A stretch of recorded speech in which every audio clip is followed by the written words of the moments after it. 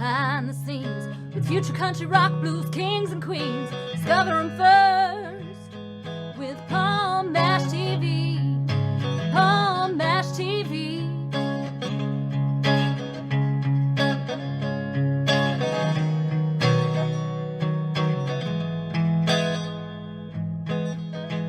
Well, hello there. It's Paul Mash TV time again. Thank you so much for joining us.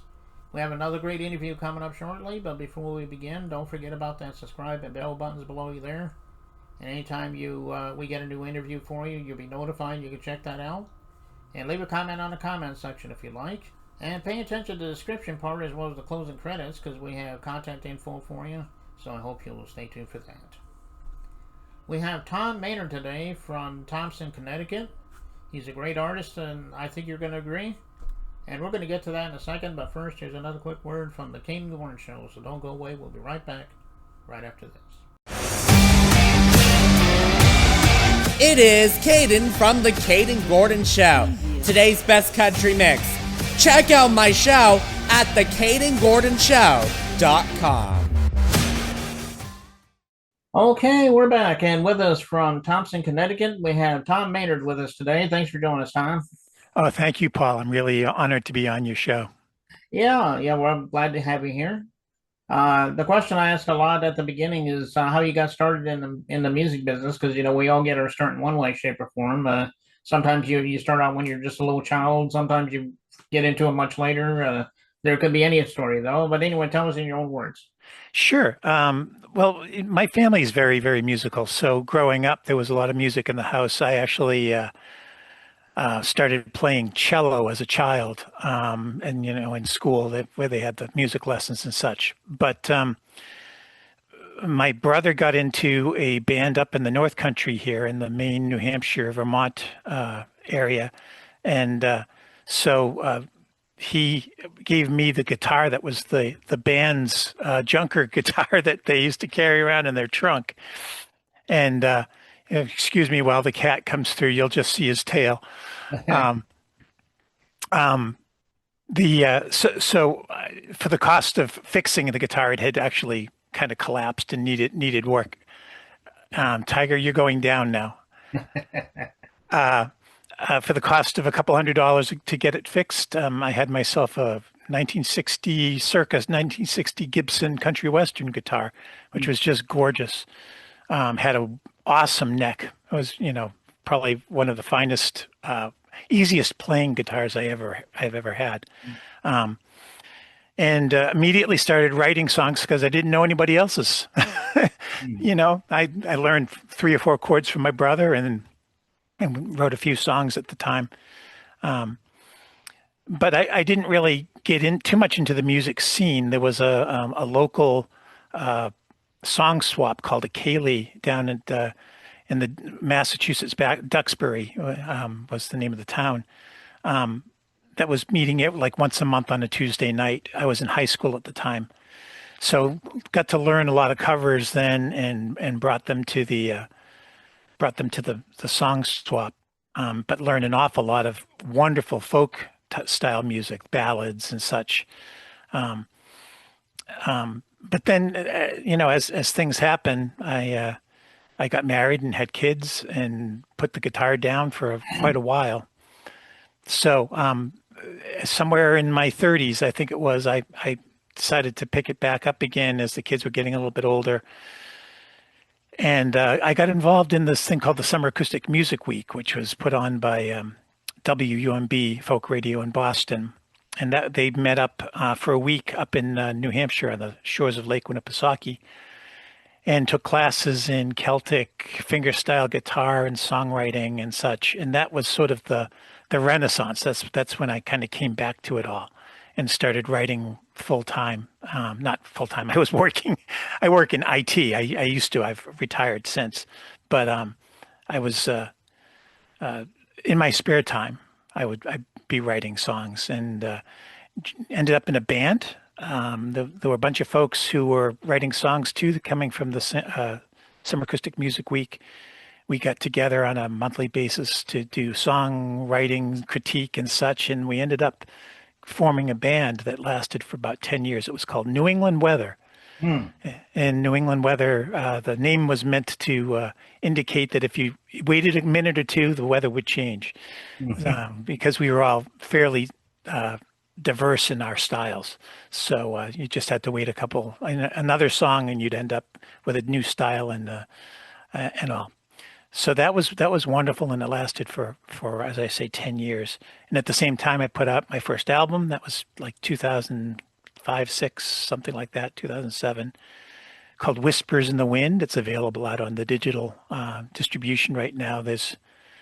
And I have copies, so if people want to reach out to me, I'm willing to send them off to folks. And did a solo instrumental album around 2013 called Walking in the Wild. That was self-produced. The first one was done in Humming Lake Studios with Seth Conley was my producer and an engineer. And since then, I've been writing on and off. When the pandemic came along, I got involved in this kind of thing, this virtual musical collaborations type stuff, all the open mics that opened up on Zoom and such. So I ended up meeting tons of people from around the world, and we've really developed a very, very fine online worldwide community of musicians, which I'm sure you're tapping into yourself with these interviews and such. So new album coming out soon. With the pandemic, I got involved in another songwriting class and ended up writing, about 14, 15 songs over the course of that. So, and then have been writing since. So, new album called Everyday Yearnings, and it'll be out soon. I'm about to send the files off to the distribution, the disc makers, the company that presses and distributes them, and hopefully I'll end up with a physical copy of the thing in the next month or so. So. Okay, well, that's quite a story you got there. What would you say your biggest influences growing up would be? I'm sure some of the legends come to mind. Oh yeah. Well, for one thing, I remember lying in bed at night as a child and listening to my dad would have his Wellensack reel to reel, playing as he was doing the accounting for the house and such, and be listening to Peter, Paul, and Mary, and Leonard Cohen and Judy Collins, and Simon and Garfunkel. So the big names of the 60s were a huge part of the soundtrack of my life back then. I also then as I was sort of delving further into it through this music swap group in Duxbury, they were bringing up all kinds of folks like Michael Smith, wrote The Dutchman, and Dave Van Ronk, and just all these new names, Stan Rogers, and that's when I kind of figured out that a story put to music can be so effective. Rather than kind of like your top 40 pop music thing. I really kind of got sucked into this folk ballad kind of thing. Mm-hmm. So Stan Rogers, as I say, Gordon Lightfoot, probably the most pop person that I really find as an influence is Dan Fogelberg. Those are some pretty good ones. Peter, Paul, and Mary. You said Dan Fogelberg, Leonard Cohen. I mean, obviously, definitely legends, as I mentioned. So yeah, for sure. And just it's an amazing thing to have when the muse starts to talk, right? And then all of a sudden, the words start to flow. And when you're listening to these other folks, especially people like Dan Fogelberg or Gordon Lightfoot or Stan Rogers, they're just so amazing and in touch with that. Being this ability to string the words together in clever ways, but most of all to touch people's hearts. Really reach in and speak to a common experience. It's just really very cool. Right. Yeah, exactly. And I've had a lot of artists on my show, and I know they've said similar things, so I can definitely tell from uh, talking to the musicians that that's pretty much how they feel about it too. Well, we can find your music on streaming stuff, right? And then also social media. Can we find you on an official website, perhaps? Maybe. Well, I have my website. It's tommaynard.com, one word, TOMMAYNARD. And that's been newly refurbished. So it's pretty much up to date and has things like my lyrics to my songs and things like that. Also, back in 2017, I spent 4 months walking the Appalachian Trail going from West Virginia up into New Hampshire. So there's a blog out there which talks. It's a daily journal kind of thing, but that's accessible out there too. I have a YouTube channel. It's got a few things out on it. I've got to do a better job of getting things out onto YouTube. And with a new album, I intend to, create some videos around the new songs and such. So I'm out on Facebook. But yeah, things like Spotify and Apple Music and the main I basically I go through CD Baby as a distributor for my digital stuff, so they put it out to as many places as they can find.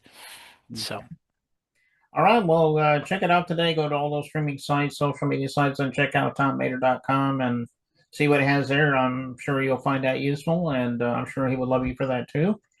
And the video that we're going to be watching in just a minute is called "The Dance," and it's also called "To Which We All Belong." The song's self-explanatory, but tell us a little bit about this song. We'd love to hear the story behind this. yeah, so I mean, this is a song that's on the new album. So if people want to, and the version of it on the album is slightly different than what's on the YouTube, but not by much. The YouTube version of it was the initial recording, and then I brought it into the studio and did some more work on it. It's really a song about connection to nature and sort of how we all are part of the larger web of life. But also there's a little bit about my relationship with my wife and the how the heart feelings that come along with that. So Okay, well, it is a great song, and I know you guys are going to love it too. And we'll get to that, like I said, in just a second. But before we begin that song, thank you so much, Tom, for being on the show today. We enjoyed having you. We'd love to have you back again sometime if you want to plug something new. awesome. Thank you so much, Paul. This has been a real honor to be here. Well, I appreciate that. You made my day. And without further ado, here's The Dance by Tom Maynard. It begins right now.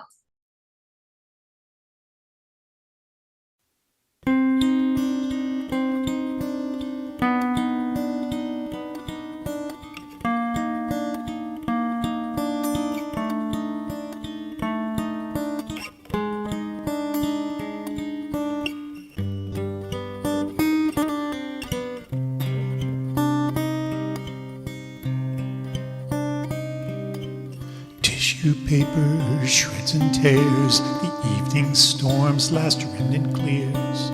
Ripe and full late summer moon spills liquid light, fine silver true. Pearly rays out across the field, a spell to yearning eyes revealed.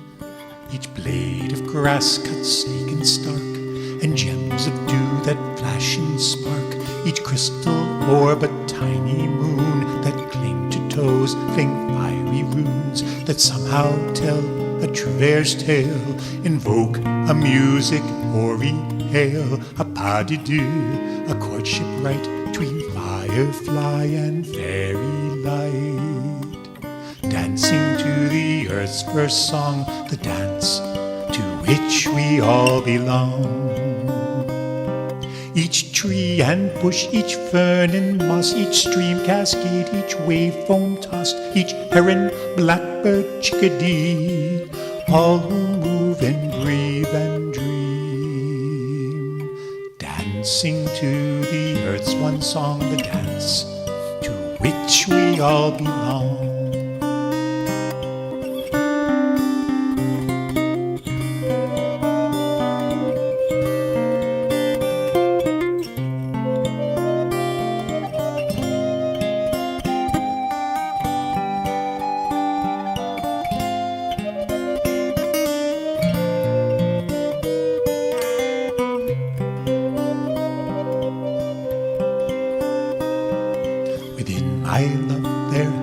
a pearl.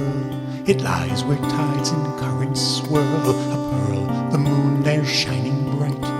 In the depths, a single light, just beyond a finger's tip, where lungs burn and heartbeats skip, just within a lover's dream, where longing may our fates redeem. A pearl, the moon beyond my reach, its tidal pull, waves on the beach. Though I have no right to claim, I offer in my dreams a flame, a star to hang in darkest night. The star and moon might both burn bright. A pas de deux, again a dance. I know I can't deny the chance to dance with you, the earth's first song, the dance to which we all belong. Each smile and sigh, each glance, each touch, each day, each night, which holds so much. An hour, a day, a year, a life, your gift to me, the moon's sweet light. Dancing to the earth's one song, the dance to which we all belong. Dancing to the earth's one song, the dance to which we all belong.